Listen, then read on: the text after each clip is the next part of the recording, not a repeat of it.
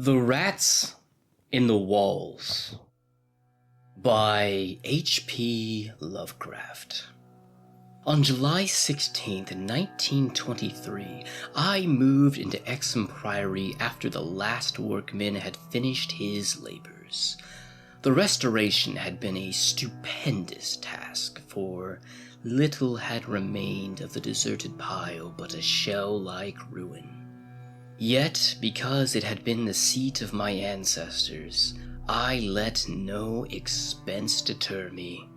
The place had not been inhabited since the reign of James I, when a tragedy of intensely hideous, though largely unexplained, nature had struck down the master, 5 of his children, and several servants, and driven forth under a cloud of suspicion and terror the 3rd son, my lineal progenitor, and the only survivor of the abhorred line. With this sole heir denounced as a murderer, the estate had reverted to the crown, nor had the accused man made any attempt to exculpate himself or regain his property. Shaken by some horror greater than that of conscience or the law, and expressing only a frantic wish to exclude the ancient edifice from his sight and memory, Walter de la Poer, 11th Baron Exham, fled to Virginia, and there founded the family which by the next century had become known as de la Poer. Exham Priory had remained untenanted, though later allotted to the estates of the Norris family, and much studied because of its peculiarly composite architecture, an architecture involving Gothic towers resting on a Saxon or Romanesque substructure, whose foundation in turn was of still earlier order or blends of orders, Roman, and even Druidic or native Cymric, if the legends speak truly. This foundation was a very singular thing, being merged on one side with the solid limestone of the precipice, from whose brink the priory overlooked a desolate valley 3 miles west of the village of Henchester. Architects and antiquarians loved to examine this strange relic of forgotten centuries, but the country folk hated it.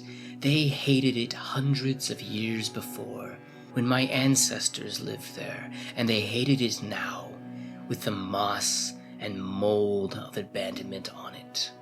I had not been a day in Anchester before I knew I came of that accursed house, and this week workmen have blown up Exham Priory, and are busy obliterating the traces of its foundations. The bare statistics of my ancestry I have always known, together with the fact that my first American forebear had come to the colonies under a strange cloud. Of details, however, I had been kept wholly ignorant throughout the policy of reticence always maintained by the de la Poers. Unlike our planter neighbors, we seldom boasted of crusading ancestors or other medieval or Renaissance heroes.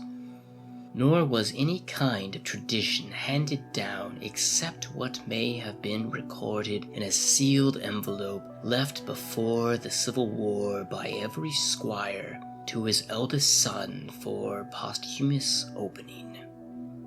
The glories we cherished were those achieved since the migrations, the glories of the proud and honorable, if somewhat reserved and unsocial Virginia line. During the war, our fortunes were extinguished, and our whole existence changed by the burning of Carfax, our home on the banks of the James. My grandfather, advanced in years, had perished in that incendiary outrage, and with him the envelope that bound us all to the past. I can recall that fire today as I saw it then at the age of 7, with the Federal soldiers shouting, the women screaming, and the Negroes howling and praying. My father was in the army, defending Richmond, and after many formalities, my mother and I passed through the lines to join him. When the war ended, we all moved north, whence my mother had come, and I grew to manhood, middle age, and ultimate wealth as a stolid Yankee. Neither my father nor I knew what our hereditary envelope had contained, and as I merged into the grayness of Massachusetts business life, I lost all interest in the mysteries which evidently lurked far back in my family tree. Had I suspected their nature, how gladly I would have left Exham Priory to its moss, bats, and cobwebs. My father died in 1904, but without any message to leave me, or to my only child Alfred, a motherless boy of 10. It was this boy who reversed the order of family information, for although I could give him only jesting conjectures about the past, he wrote me of some very interesting ancestral legends when the late war took him in England to 1917 as an aviation officer.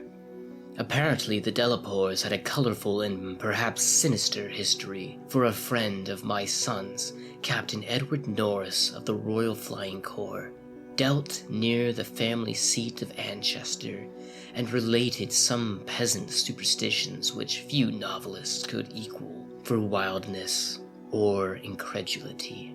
Norris himself, of course, did not take them too seriously, but they amused my son and made good material for his letters to me. It was this legendary which definitively turned my attention to my transatlantic heritage, and made me resolve to purchase and restore the family seat which Norris showed to Alfred in its picturesque desertion, and offered to get for him at a surprisingly reasonable figure, since his own uncle was the present owner. I bought Exham Priory in 1918, but was almost immediately distracted from my plans of restoration by the return of my son as a maimed invalid. During the 2 years that he lived, I thought of nothing but his care, having even placed my business under the direction of my partners. In 1921, as I found myself bereaved and aimless, a retired manufacturer no longer young, I resolved to divert my remaining years with my new possession. Visiting Anchester in December, I was entertained by Captain Norris, a plump, amiable young man who had thought much of my son and secured his assistance in gathering plans and antidotes to guide in the coming restoration. Exham Priory itself I saw without emotion, a jumble of tottering medieval ruins, covered with lichens and honeycombed with rooks' nests, perched perilously upon a precipice, and denuded of floors or other interior features, save the stone walls of the separate towers. As I gradually recovered the image of the edifice as it had been when my ancestor left it over 3 centuries before, I began to hire workmen for the reconstruction. In every case, I was forced to go outside the immediate locality, for the Anchester villagers had an almost unbelievable fear and hatred of the place. This sentiment was so great that it was sometimes communicated to the outside laborers, causing numerous desertions, whilst its scope appeared to include both the priory and its ancient family. My son had told me that he was somewhat avoided during his visits because he was a Delapour, and now I found myself subtly ostracized for a like reason, until I convinced the peasants how little I knew of my heritage. Even then they sullenly disliked me, so that I had to collect most of the village traditions through the mediation of Norris. What the people could not forgive, perhaps, was that I had come to restore a symbol so abhorrent to them, for Rationally or not, they viewed Exham Priory as nothing less than a haunt of fiends and werewolves. Piecing together the tales which Norris collected for me, and supplementing them with accounts of several savants who had studied the ruins, I deduced that Exham Priory stood on the site of a prehistoric temple, a judicial or anti-judicial thing which must have been contemporary with Stonehenge. That indescribable rites had been celebrated there, few doubted, and there were unpleasant tales of the transference of these rites into the Sibyl worship which the Romans had introduced. Inscriptions still visible in the subcellar bore such unmistakable characters as Div, Ops, Magna, Mat, sign of the Magna Mater, whose dark worship was once vainly forbidden to Roman citizens. Anchester had been the camp of the 3rd Augustan Legion, as many remains attest, and it is said that the temple of the Sibyl was splendid and thronged with worshippers, who performed nameless ceremonies in the bidding of a Phrygian priest. Tales added that the fall of the old religion did not end the orgies at the temple, but that the priests lived on in the new faith without real change. Likewise, it is said that the rites did not vanish with the Roman power, and that certain among the Saxons added to what remained of the temple, and gave it the essential outline it subsequently preserved, making it the center of a cult feared through half the Heptarchy.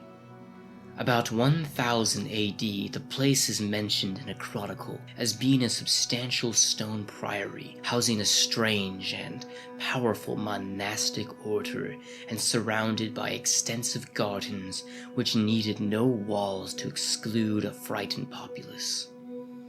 It was never destroyed by the Danes, though after the Norman conquest it must have declined tremendously, since there was no impediment when Henry III granted the site to my ancestor, Gilbert de la Parre, 1st Baron Exham, in 1261. Of my family before this date there is no evil report, but something strange must have happened then. In one chronicle there is reference to the de la Parre as cursed of God in 1307, whilst the village legendary had nothing but evil and frantic fear to tell of the castle that went up on the foundations of the old temple and priory. The fireside tales were the most grisly description, all the ghastlier because of their frightened reticence and cloudy evasiveness. They represented my ancestors as a race of hereditary demons, beside whom Marquis de Sade would seem Verus Tyros, and hinted whisperingly at the responsibility for the occasional disappearance of villagers through several generations. The worst characters, apparently, were the barons and their direct heirs. At least most was whispered about these. If of healthier inclinations, it was said, an heir would early and mysteriously die to make way for a more typical scion. There seemed to be an inner cult in the family, presided over by the head of the house, and sometimes closed except to a few members. Temperament rather than ancestry was evidently the basis of this cult, for it was entered by several who married into the family. Lady Margaret Trevor of Cornwall, wife of Godfrey, the second son of the 5th Baron, became a favorite bane of children all over the countryside, and the demon heroine of a particularly horrible old ballad not yet extinct near the Welsh border. Preserved in balladry too, though not illustrating the same point, is the hideous tale of Lady Mary de la Poer, who shortly after her marriage to the Earl of Shrewsfield was killed by him and his mother, both of the slayers being absolved and blessed by the priest to whom they confessed what they dared not repeat to the world. These myths and ballads, typical as they were of crude superstition, repelled me greatly. Their persistence and their application to so long a line of my ancestors were especially annoying, whilst the imputations of monstrous habits proved unpleasantly reminiscent of one known scandal of my immediate forebears, the case of my cousin, young Randolph de la Poer of Carfax, who went among the Negroes and became a voodoo priest after he returned from the Mexican War. I was much less disturbed by the vaguer tales of wails and howlings in the barren, wind-swept valley beneath the limestone cliff, or of the graveyard stenches after the spring rains, of the flounderings, squealing white thing on which Sir John Clave's horse had trod one night in a lonely field, and of the servant who had gone mad at what he saw in the priory in the full light of day. These things were hackneyed spectral lore, and I was at that time a pronounced skeptic. The accounts of vanished peasants were less to be dismissed, though not especially significant in the view of medieval customs. Prying curiosity meant death, and more than one severed head had been publicly shown on the bastions, now effaced around Exham Priory. A few of the tales were exceedingly picturesque, and made me wish I learnt more of comparable mythology in my youth. There was, for instance, the belief that a legion of bat-winged devils kept witches' Sabbath each night in the priory, a legion whose sustenance might explain the disproportionate abundance of coarse vegetables harvested in the vast gardens. And most vivid of all, there was the dramatic epic of the rats, the scampering army of obscene vermin which had burst forth from the castle 3 months after the tragedy that doomed it to desertion. The lean, filthy, ravenous army which had swept all before it and devoured fowl, cats, dogs, hogs, sheep, and even 2 hapless human beings before its fury was spent. Around that unforgettable rodent army a whole separate cycle of myths revolves, for it scattered among the village homes and brought curses and horrors in its train. Such was the lore that assailed me as I pushed to completion with an elderly obstinacy the work of restoring my ancestral home. It must not be imagined for a moment that these tales formed my principal psychological environment. On the other hand, I was constantly praised and encouraged by Captain Norris and the antiquarians who surrounded and aided me. When the task was done, over 2 years after its commencement, I viewed the great rooms, wainscoted walls, vaulted ceilings, mullioned windows, and the broad staircases with a pride which fully compensated for the prestigious expense of the restoration. Every attribute of the Middle Ages was cunningly reproduced, and the new parts blended perfectly with the original walls and foundations. The seat of my fathers was complete, and I looked forward to redeeming at the last the local fame of the line which ended in me. I would reside here permanently and prove that de la Poer, for I had adopted again the original spelling of the name, need not be a fiend. My comfort was perhaps augmented by the fact that, although Exham Priory was medievally fitted, its interior was, in truth, wholly new and free from old vermin and old ghosts alike.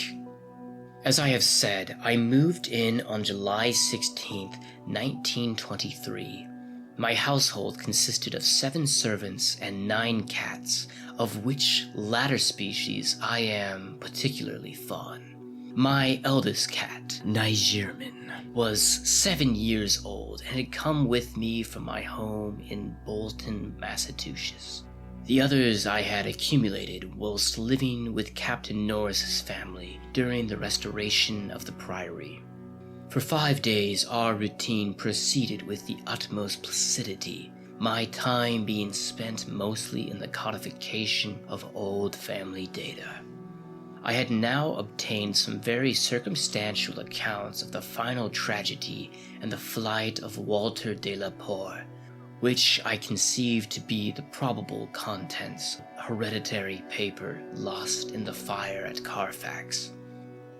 It appeared that my ancestor was accused, with much reason, of having killed all the other members of the household, except 4 servant confederates, in their sleep, about 2 weeks after a shocking discovery which changed his whole demeanor, but which, except by implication, he disclosed to no one, save the servants who assisted him and afterward fled beyond reach.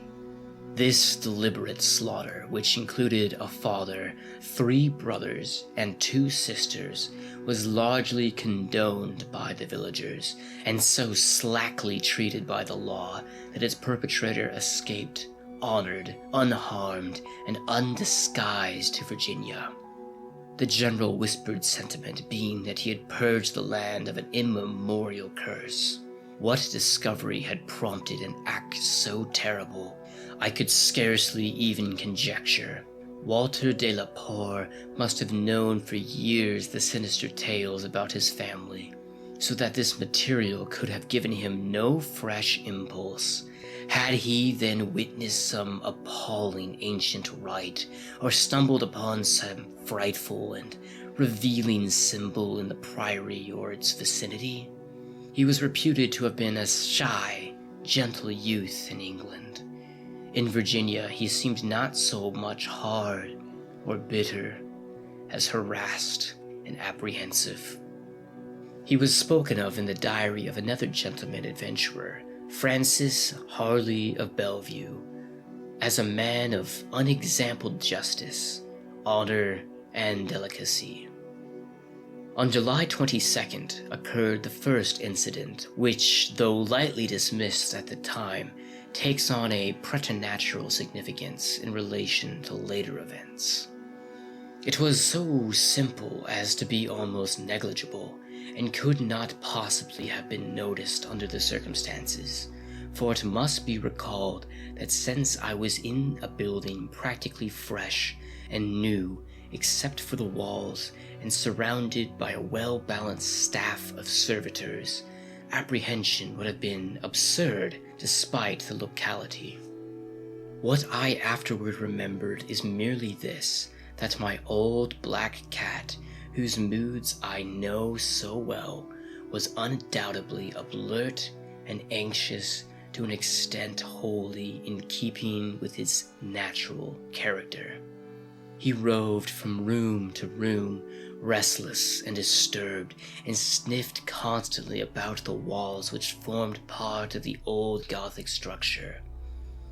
I realize how trite this sounds, like the inevitable dog in a ghost story which always growls before his master sees the sheeted figure. Yet I cannot consistently suppress it.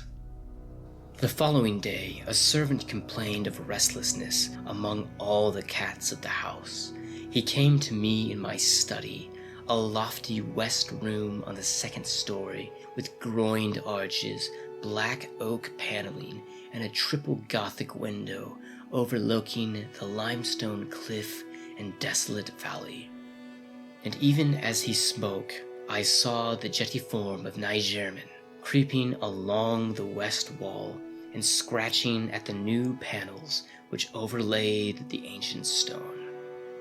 I told the man that there must be some singular odor or emanation from the old stonework, imperceivable to human senses, but affecting the delicate organs of cats even through the woodwork.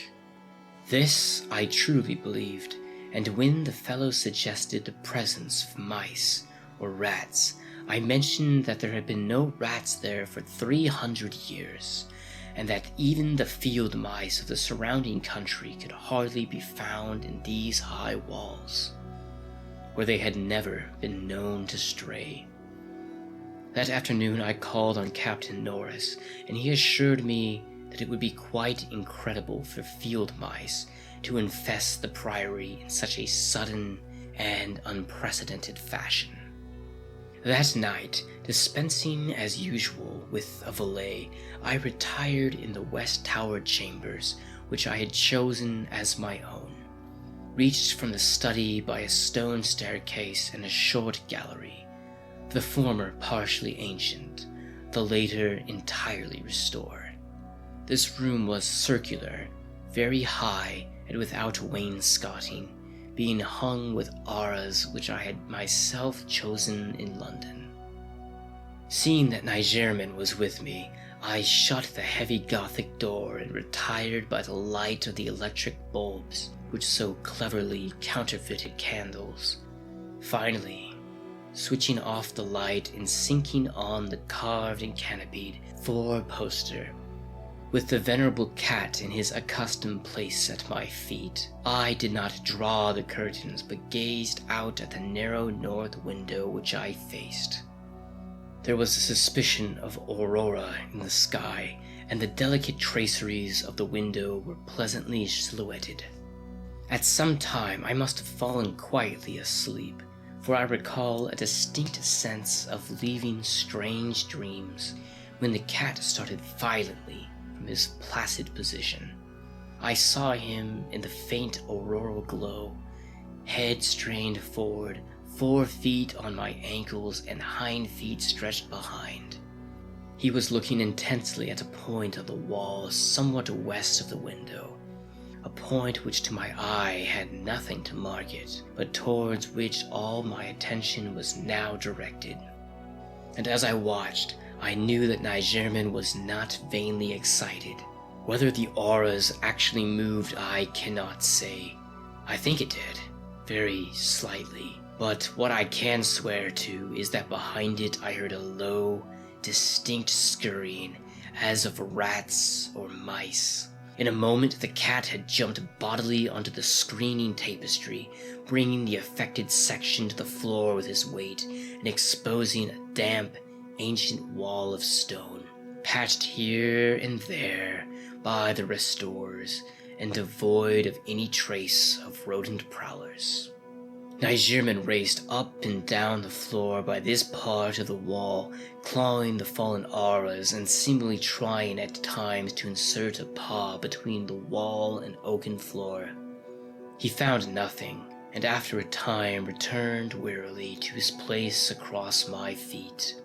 I had not moved, but I did not sleep again that night. In the morning I questioned all the servants, and found that none of them had noticed anything unusual, save that the cook remembered the actions of a cat which had rested on her windowsill. This cat had howled at some unknown hour of the night, awaking the cook in time for her to see him dart purposely out the open door down the stairs. I drowsed away the noontime, and in the afternoon called again on Captain Norris, who seemed exceedingly interested in what I told him. The odd incidents, so slight yet so curious, appealed to his sense of the picturesque, and elicited from him a number of reminiscences of local ghostly lore. We were genuinely perplexed at the presence of rats, and Norris lent me some traps in Paris green, which I had the servants place in strategic localities when I returned. I retired early, being very sleepy, but was harassed by dreams of the most horrible sort. I seemed to be looking down from an immense height upon a twilit grotto, knee-deep with filth, where a white-bearded demon swineherd drove about with his staff a flock of fungoious, flabby beasts, whose appearance filled me with unutterable loathing. Then, as the swineherd paused and nodded over his task, a mighty swarm of rats rained down on the sinking abyss and fell to devouring beasts and man alike. From this terrific vision, I was abruptly wakened by the motions of Nigerman, who had been sleeping as usual across my feet. This time, I did not have to question the source of his snarls and hisses, and of the fear which made him sink his claws into my ankle, unconscious of their effect, for on every side of the chamber were alive with nauseous sound, the verminous slithering of ravenous, gigantic rats. There was now no aura to show the state of their auras, the fallen section of which had been replaced, but I was not too frightened to switch on the light. As the bulbs leapt into radiance, I saw a hideous shaking all over the tapestry, causing the somewhat peculiar design to execute a singular dance of death. This motion disappeared almost at once, and the sound with it. Springing out of bed, I poked at the auras with the long handle of the warming pan that rested near, and lifted one section to see what lay beneath. There was nothing but the patched stone wall, and even the cat had lost his tense realization of abnormal presences. When I examined the circular trap that had been placed in the room, I found all the openings sprung, though no trace remained of what had been caught and escaped. Further sleep was out of the question, so lighting a candle, I opened the door and went out in the gallery toward the stairs to my study, Nigerman following at my heels. Before we reached the stone steps, however, the cat darted ahead of me and vanished down the ancient flight. As I descended the stairs myself, I suddenly became aware of the sounds in the great room below, sounds of a nature which could not be mistaken. The oak-paneled walls were alive with rats, scampering and milling, whilst Nigerman was racing about with the fury of a baffled hunter. Reaching the bottom, I switched on the light, which did not this time cause the noise to subside. The rats continued their riot, stampeding with such force and distinctiveness that I could finally assign to their motions a definitive direction. These creatures, in numbers apparently inexhaustible, were engaged in one stupendous migration from inconceivable heights to some depth conceivably, or inconceivably, below.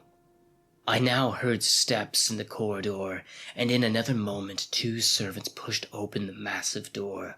They were searching the house for some unknown source of disturbance, which had thrown all the cats into a snarling panic, and caused them to plunge precipitately down several flights of stairs, and squat, yowling, before the closed door to the subcellar. I asked them if they had heard the rats, but they replied in the negative, and when I turned to call their attention to the sounds in the panels, I realized that the noise had ceased. With the 2 men, I went down to the door of the subcellar, but found the cats already dispersed. Later, I resolved to explore the crypt below, but for the present, I merely made a round of the traps. All were sprung, yet all were tenantless. Satisfying myself that no one had heard the rats, save for the felines and me, I sat in my study till morning, thinking profoundly and recalling every scrap of legend I had unearthed concerning the building I had inhabited. I slept in the forenoon, leaning back in the one comfortable library chair which in my medieval plan of furnishing could not vanish. I later telephoned the Captain Norris, who came over and helped me explore the sub-cellar.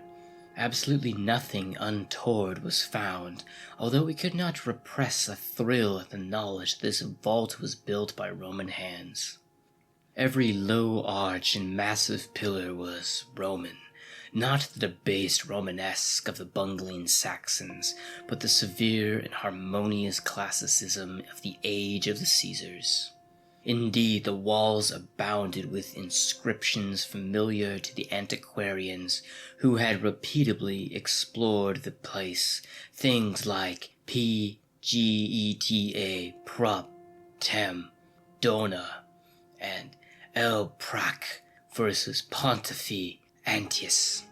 The reference to Antius made me shiver, for I had read Catullus and knew something of the hideous rites of the Eastern gods, whose worship was so mixed with that of Sibyl. Norris and I, by the light of the lanterns, tried to interpret the odd and nearly effaced designs on certain irregularly rectangular blocks of stone generally held to be altars, but could make nothing of them. We remembered that one pattern, a sort of rayed sun, was held by students to imply a non-Roman origin, suggesting that these altars had once been adopted by the Roman priests from some older and perhaps aboriginal temple on the same site. On one of these blocks were some brown stains which made me wonder. The largest in the center of the room had certain features on the upper surface which indicated its connection with fire, probably burnt offerings.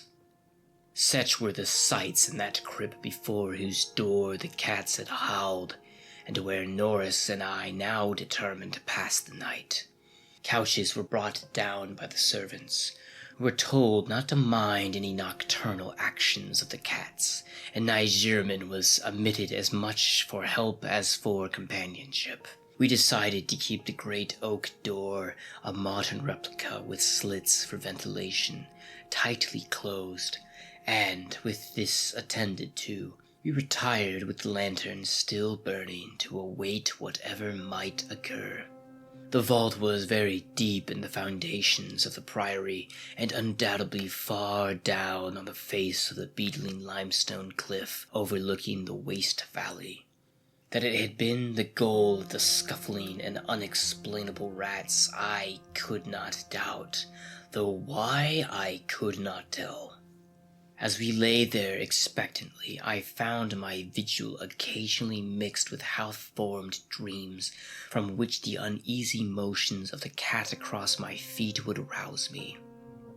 These dreams were not wholesome, but horribly like the one I had the night before. I saw again the twilit grotto, and the swineherd with his unmentionable fungus wallowing in filth, and as I looked at these things they seemed nearer and more distinct, so distinct that I could almost observe their features. Then I did observe the flabby features of one of them, and awaked with such a scream that Nigerman startled up, while Captain Norris, who had not slept, laughed considerably. Norris might have laughed more, or perhaps less, had he known what it was that had made me scream. But I did not remember myself until later. Ultimate horror often paralyzes memory in a merciful way. Norris woke me when the phenomena began. Out of this same frightful dream, I was called by this gentle shaking and his urging to listen to the cats. Indeed, there was much to listen to, for beyond the closed door at the head of the stone steps was a veritable nightmare of feline yelling and clawing, whilst Nigerman, unmindful of his kindred outside, was running excitably around the bare stone walls in which he heard the same babble of scurrying rats that had troubled me the night before. An acute terror now rose within me, for here were anomalies which nothing normal could well explain. These rats, if not creatures of a madness which I shared with the cats alone, must be burrowing and sliding in Roman walls I had thought to be of solid limestone blocks, unless perhaps the action of water through more than 17 centuries had eaten winding tunnels which rodent bodies had worn clean and ample, but even so, the spectral horror was no less. For if these were living vermin, why did not Norris hear their disgusting commotion? Why did he urge me to watch Nigerman and listen to the cats outside? And why did he guess wildly and vaguely at what could have aroused them. By the time I'd managed to tell him, as rationally as I could, what I thought I was hearing, my ears gave me the last fading impression of the scurrying, which had retreated still downward, far underneath this deepest of subcellars, till it seemed as if the whole cliff below were riddled with the questing rats. Norris was not as skeptical as I had anticipated, but instead seemed profoundly moved. He motioned to me to notice that the cats at the door had ceased their clamor, as if giving up the rats for lost, whilst Nigerman had a burst of renewed restlessness, and was clawing frantically around the bottom of the large stone altar in the center of the room, which was nearer Norris's couch than mine. My fear of the unknown was at this point very great. Something astounding had occurred, and I saw that Captain Norris, a younger, stouter, and presumably more naturally materialistic man, was affected fully as much as myself, perhaps because of his lifelong and intimate familiarity with local legend. We could, for a moment, do nothing but watch the old black cat as he pawed with decreasing fervor at the base of the altar, occasionally looking up and meowing to me in that persuasive manner which he used when he wished me to perform some favor for him. Norris now took a lantern close to the altar and examined the place where Nigerman was pawing, silently kneeling and scraping away the lichens of centuries which adjoined the massive pre-Roman block to the tessellated floor. He did not find anything, and was about to abandon his effort when I noticed a trivial circumstance which made me shudder, even though it implied nothing more than had already been imagined. I told him of it, and we both looked at its almost imperceptible manifestation with the fixedness of fascinated discovery and acknowledgement. It was only this: the flame of the lantern set down near the altar was slightly but certainly flickering from a draught of air which it had not before received, and which came undoubtedly from the crevice between the floor and the altar where Norris was scraping away the lichens. We spent the rest of the night in the brilliantly lighted study, nervously discussing what we should do next. The discovery of some vault deeper than the deepest known masonry of the Romans underlay this accursed pile, some vault unsuspected by the curious antiquarians of 3 centuries, would have been sufficient to excite us without any background of the sinister. As it was, the fascination became twofold. We paused in doubt whether to abandon our search and quit the priory forever in superstitious caution, or to gratify our sense of adventure and brave whatever horrors might await us in the unknown depths. By morning we had compromised, and decided to go to London to gather a group of archaeologists and scientific men fit to scope with the mystery. It should be mentioned that before leaving the sub-cellar, we had vainly tried to move the central altar, which we now recognized as the gate to a new pit of nameless fear. What secret would open the gate? Wiser men than we would have to find. During many days in London, Captain Norris and I presented our facts, conjectures, and legendary anecdotes to 5 eminent authorities, all men who could be trusted to respect any family disclosures which future explorations might develop. We found most of them little disposed to scoff, but instead intensely interested and sincerely sympathetic. It is hardly necessary to name them all, but I may say that they included Sir William Brinton, whose excavations in the Troad excited most of the world in their day. As we all took to the train for Anchester, I felt myself poised on the brink of frightful revelations, a sensation symbolized in the air of mourning among the many Americans at the unexpected death of the President on the other side of the world. On the evening of August 7th, we reached Exham Priory, where the servants assured me that nothing unusual had occurred. The cats, even old Nigerman, had been perfectly placid, and not a trap in the house had been sprung. We were to begin exploring on the following day, awaiting which I assigned well-appointed rooms to all my guests. I myself retired to my own tower chamber, with Nigerman across my feet. Sleep came quickly, but hideous dreams assailed me.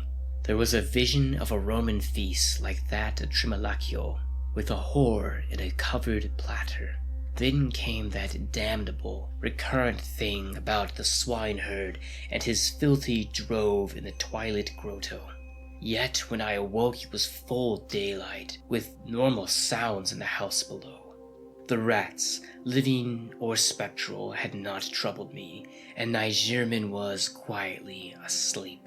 On going down, I found that the same tranquility had prevailed elsewhere, a condition which one of the assembled savants, a fellow named Thornton, devoted to the psychic, rather absurdly laid to the fact that I had now been shown the thing which certain forces had wished to show me. All was now ready, and at 11 a.m. our entire group of 7 men, bearing powerful electric searchlights and implements of excavation, went down to the sub-cellar and bolted the door behind us. Nigerman was with us, for the investigators found no occasion to despise his excitability, and were indeed anxious that he be present in case of obscure rodent manifestations. We noted the Roman inscriptions and the unknown altar designs only briefly, for 3 of the savants had already seen them, and all knew their characteristics.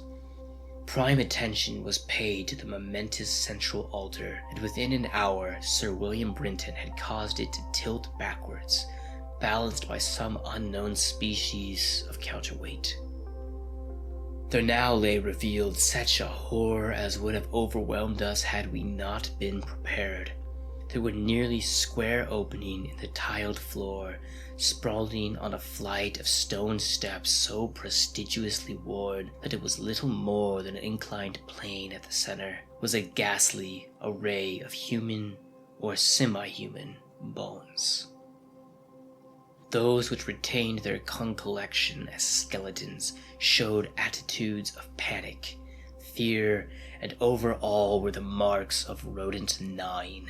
The skulls denoted nothing short of utter idiocy, cretinism, or primitive semi-apedom. Above the hellishly littered steps arched a descending passage seemingly chiseled from the solid rock and conducting a current of air. This current was not a sudden and noxious rush, as from a closed vault, but a cool breeze with something of a freshness to it. We did not pause long, but shiveringly began to clear a passage down the steps. It was then that Sir William, examining the hewn walls, made the odd observation that the passage, according to the direction of the strokes, must have been chiseled from beneath. I must be very deliberate now, and choose my words with caution. After plowing down a few steps amidst the gnawed bones, we saw that there was a light ahead, not any mystic phosphorescence, but a filtered daylight, which could not come except from unknown fissures in the cliff that overlooked the waste valley. That such fissures had escaped notice from the outside was hardly remarkable, for not only is the valley wholly uninhabited, but the cliff is so high and beetling that only an aeronaut could come to study its face in detail. A few steps more, and our breaths were literally snatched from us by what we saw, so literally that Thornton, the psychic investigator, actually fainted in the arms of the dazed man who stood behind him. Norris, his plump face utterly white and flabby, simply cried out inarticulately, whilst I think that what I did was to gasp or hiss and cover my eyes. The man behind me, the only one of the party older than I, croaked the hackneyed, "My God!" in the most cracked voice I ever heard.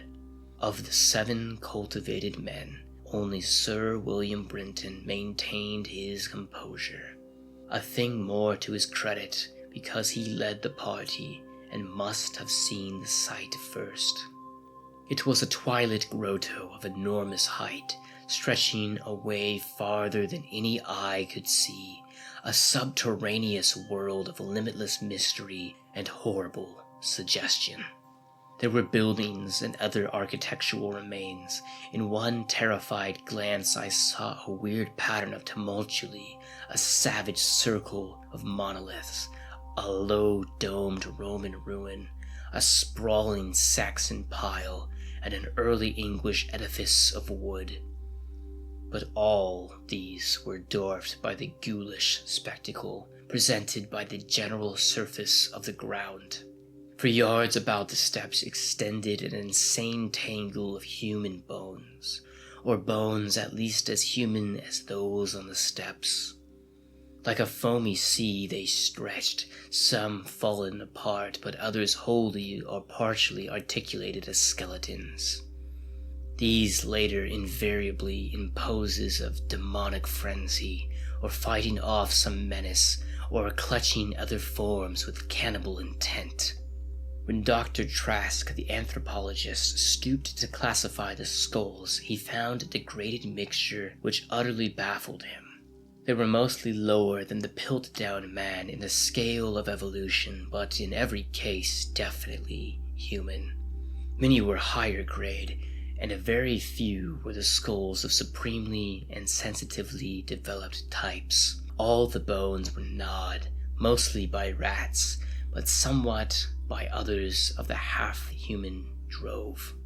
Mixed with them were many tiny bones of rats, fallen members of the lethal army which had closed the ancient epic. I wonder that any man among us lived and kept his sanity through that hideous day of discovery.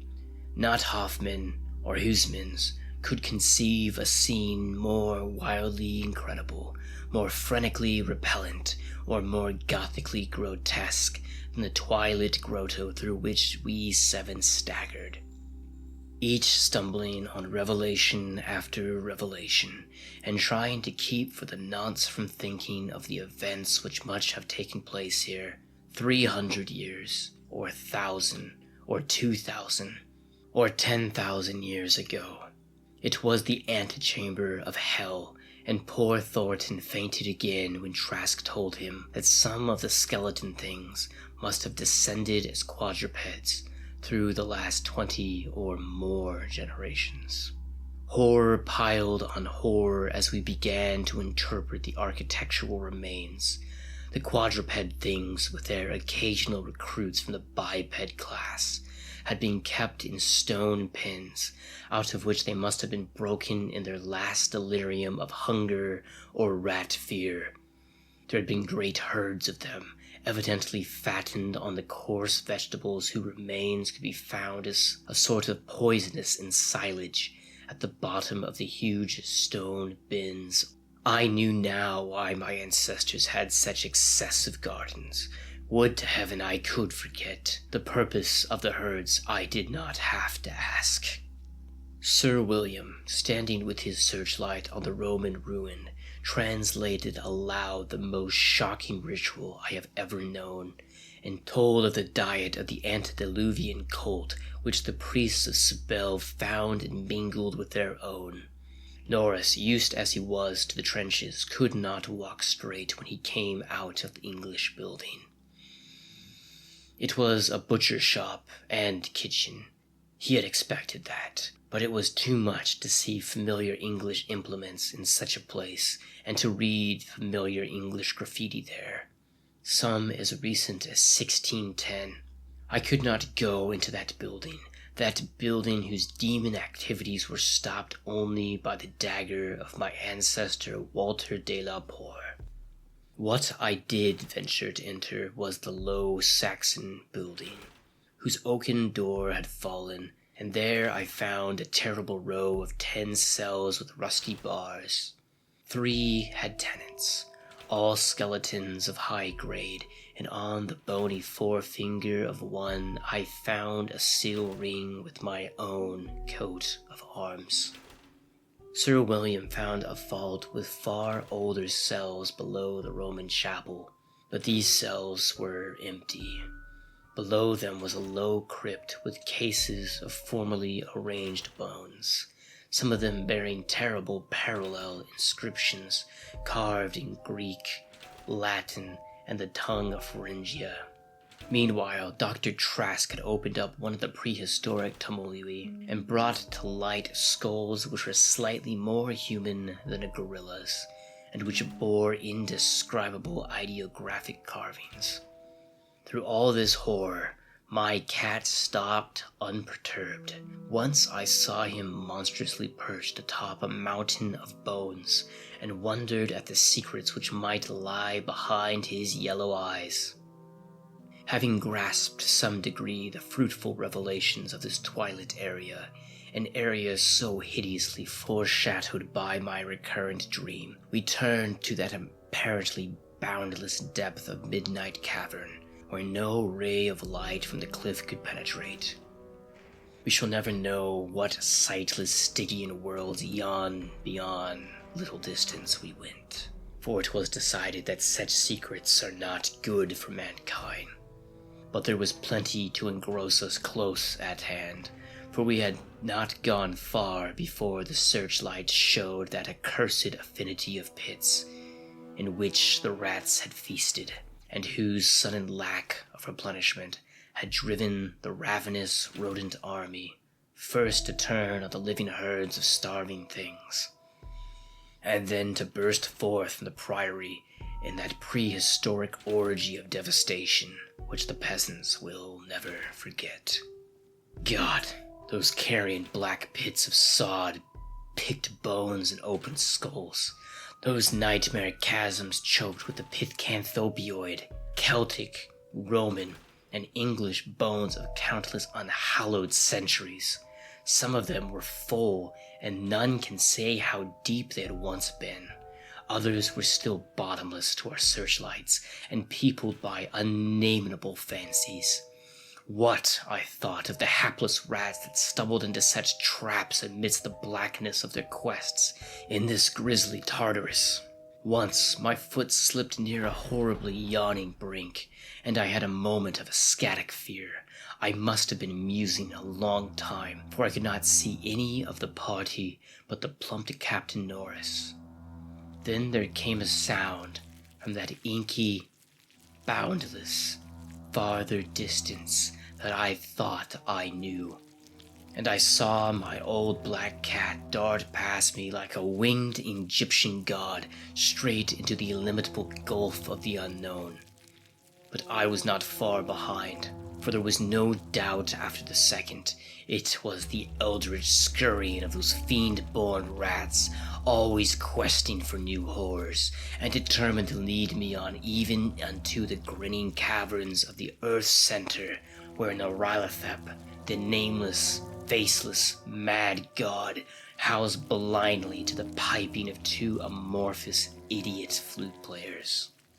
My searchlight expired, but I still ran. I heard voices and yowls and echoes, but above all there gently rose that impious, insidious scurrying, gentle rising as a stiff, bloated corpse gently rises on an oily river that flows under endless onyx bridges to a black, putrid sea. Something bumped into me, something soft and plump.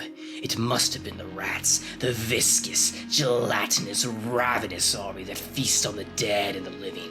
Why shouldn't the rats eat a Delapar, as the Delapars eat forbidden things? The war ate my boy, damn them all, and the Yanks ate Carlifax with flames, and burnt grandsire Delapar, and the secret, No, I tell you, I am not that demon swineherd in the Twilight Grotto. It is not Edward Norlis's fat face on that flabby fungus thing. Who says I'm a Delapar? He lived, but my boy died.